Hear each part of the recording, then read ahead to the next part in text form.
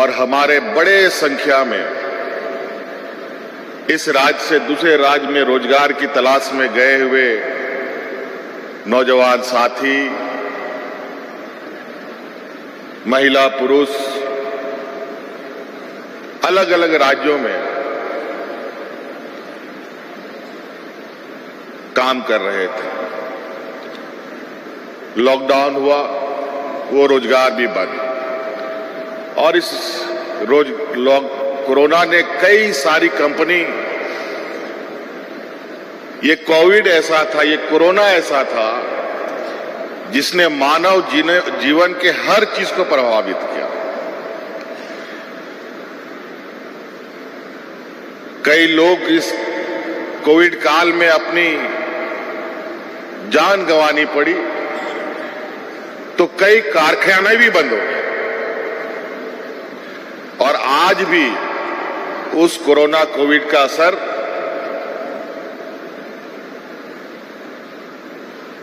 पूरे दुनिया में पड़ा हुआ है।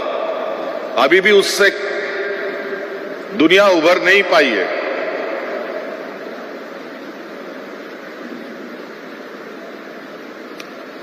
इतनी बड़ी ये वैश्विक समस्या रही है। उस समय हम लोगों के पास, हमें समझ में नहीं आता था कि तो हम लोग करें तो क्या करें। ना इस महामारी का कोई दवा, ना इलाज, और उसमें भी ना हमारे पास अच्छे अस्पताल, ना डॉक्टरों का भरमार, कई सारी चुनौती।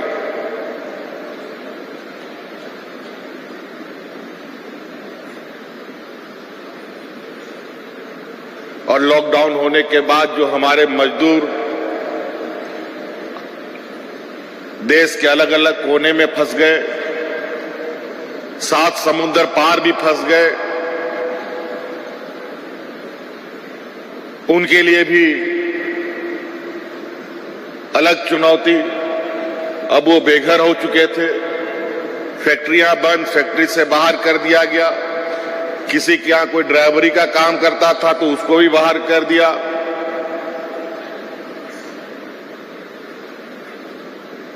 बहुत पीड़ादायक स्थिति थी। ऐसा मंजर भगवान ना करे दोबारा कभी दुनिया को देखने को मिले।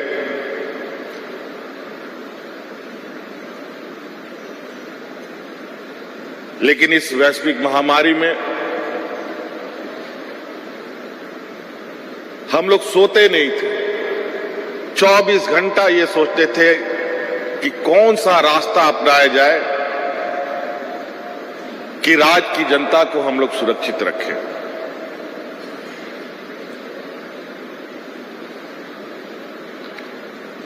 राज्य के अंदर जो लोग हैं उनको भी बचाने की चुनौती हो गई, और जो राज्य के बाहर फंस गए उनको भी बचाने की चुनौती आ गई।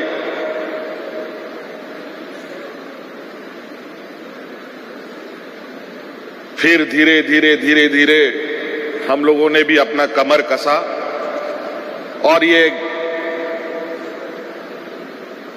निर्णय लिया कि नहीं, अब हाथ पे हाथ धरे बैठने से काम नहीं चलेगा। तब आपको याद होगा,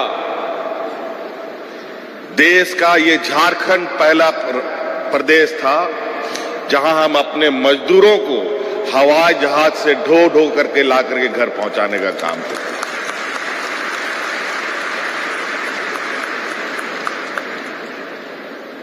जो चीज मिला, हवाई जहाज मिला, ट्रेन मिला, बस मिला, ट्रक मिला, सबको अलग अलग जगह से ढोने का काम है।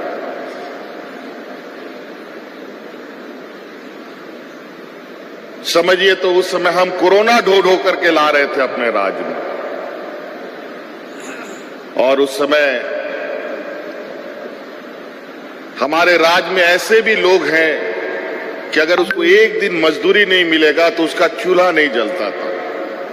पूरा परिवार भूखा सोता है। इतना गरीबी का आलम इस राज्य में रहा है। लॉकडाउन में हाट बाजार गाड़ी मोटर सब बंद। अब वो मजदूर खाएगा क्या, ये चुनौती हो गई। हम लोगों ने उस चुनौती को भी मजबूती के साथ उस चुनौती को पार किया और गांव-गांव, पंचायत, ब्लॉक स्तर पर, जिला स्तर पर आपकी जैसी हमारी महिला समूह की दीदियों ने हमारे साथ कंधा से कंधा मिलाया और गांव-गांव में मुफ्त का अनाज बना बना करके गरीबों को बांटने का काम किया था। आप लोग लगभग सब लोग के पास आजकल मोबाइल है, व्हाट्सएप फेसबुक आप लोग बहुत देखते हैं। हम लोग के पड़ोस के राज्यों में इस कोरोना से ऐसे लोग मरते थे मानो जानवर मरते हो।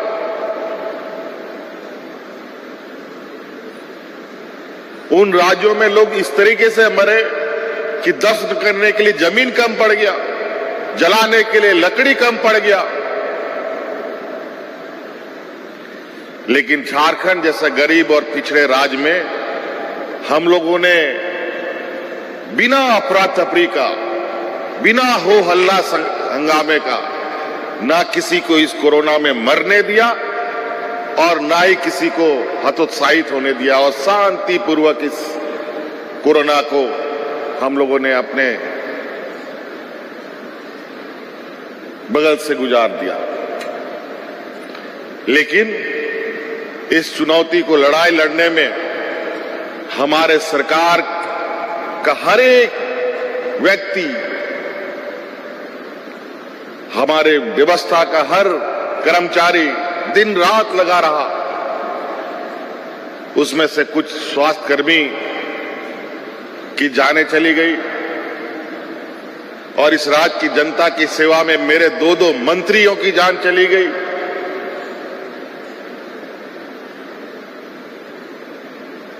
तब जाकर के इस राज्य की जनता को हम लोगों ने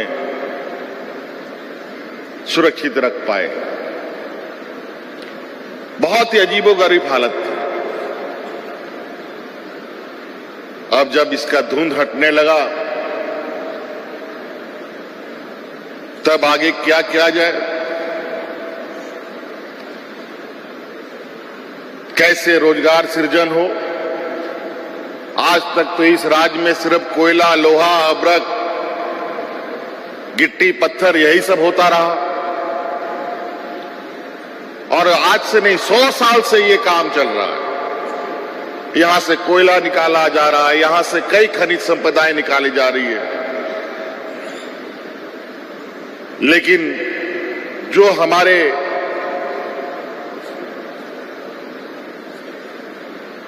इस 100 साल के अनुभव को जब हमने देखा तो उसका बहुत ज्यादा लाभ इस राज्य के लोगों को नहीं मिला, बल्कि हमारे इस राज्य की खनिज संपदा से दूसरे राज्य के लोगों का पेट भर रहा है।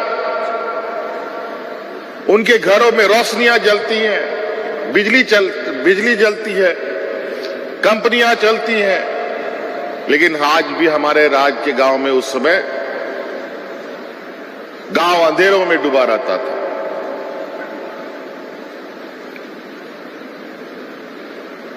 हम लोगों ने बहुत कागज पत्थर इधर उधर उलट पुलट किया।